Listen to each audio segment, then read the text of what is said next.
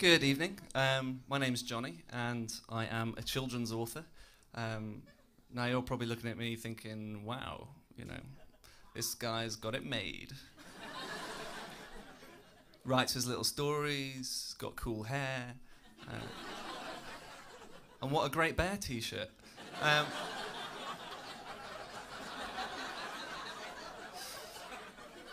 But it's not all that easy being a children's author. For instance, a lot of my dad's friends say that being a children's author is a job for women or gay people, and that I look like Owen Wilson's daughter.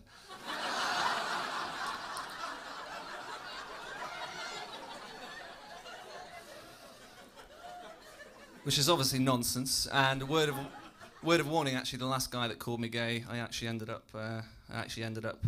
living with him for a year. So just be careful what you wish for. But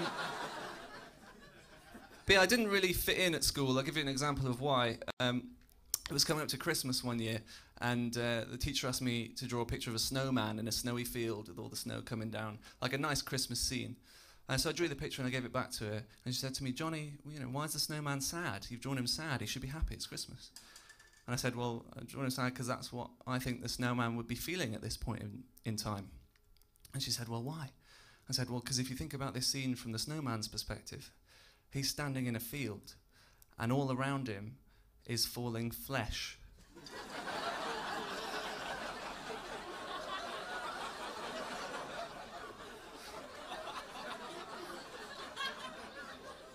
And there's flesh all over the floor, and there's flesh blowing in his face.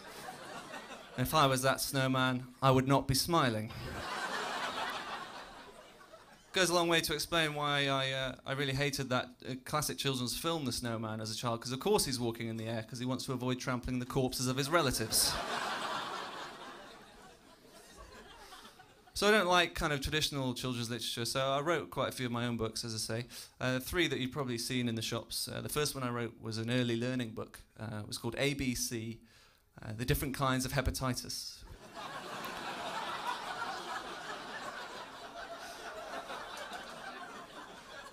The second one I wrote was more of a storybook. It was called Hide and Seek. It was about a little boy called Jeremy, and his family all go off and hide, and then Jeremy goes out and he rounds up all the Sikhs.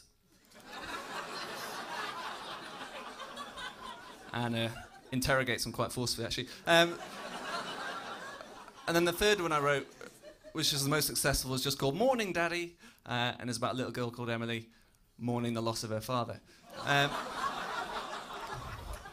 So after the success of these 3 books, I was actually invited to an interview for my dream job, which is to be a writer for Disney. They said, "Jonny, we love your stuff, but write us a little story and bring it along." And I've actually got it with me here, and if I could just read it to you guys, that'd be really useful. So here we go. It's called Grandma's Holiday. Grandma's Holiday. "Daddy, where is Switzerland?" said Megan.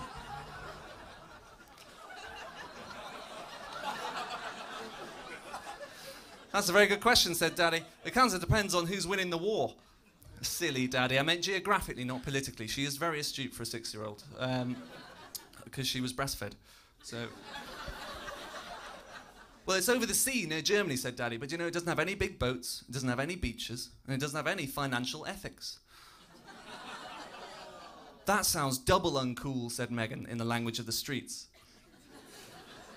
"Well, it's not all bad," said Daddy. "They make excellent chocolate there, they have an adorable obsession with efficiency, and they very rarely ask questions about frail, elderly relatives with one-way tickets."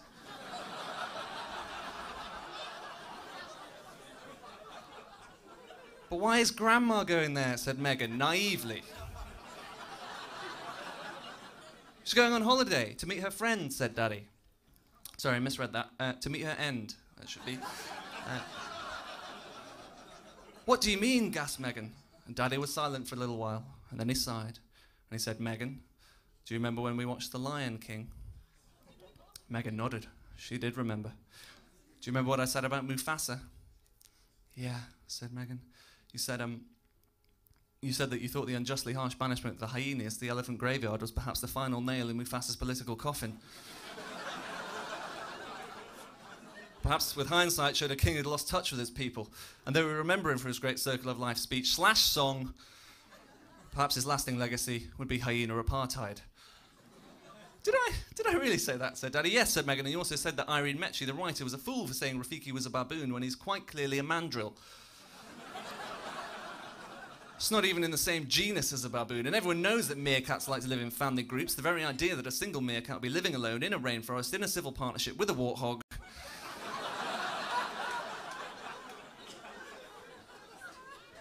is absurd. He also said he thought Nala was quite hot for a lion. If you were a lion, you'd probably take her outside and smash it up. I don't think I did say that, said Daddy. That's not the point. Anyway, the point is, do you remember what happened to Mufasa? Do you remember what happened to him? Megan nodded. She did remember. Again. Well, that's what's going to happen to Grandma. You mean, said Megan, trailing off. And Daddy just nodded. You mean Grandma's going to die?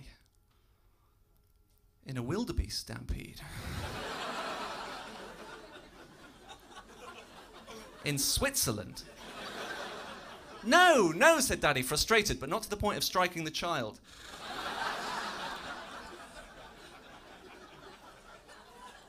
And they all lived. Yeah, so you guys have been lovely. I've been Jonny Lennard. Please enjoy the rest of your night. Thank you very much.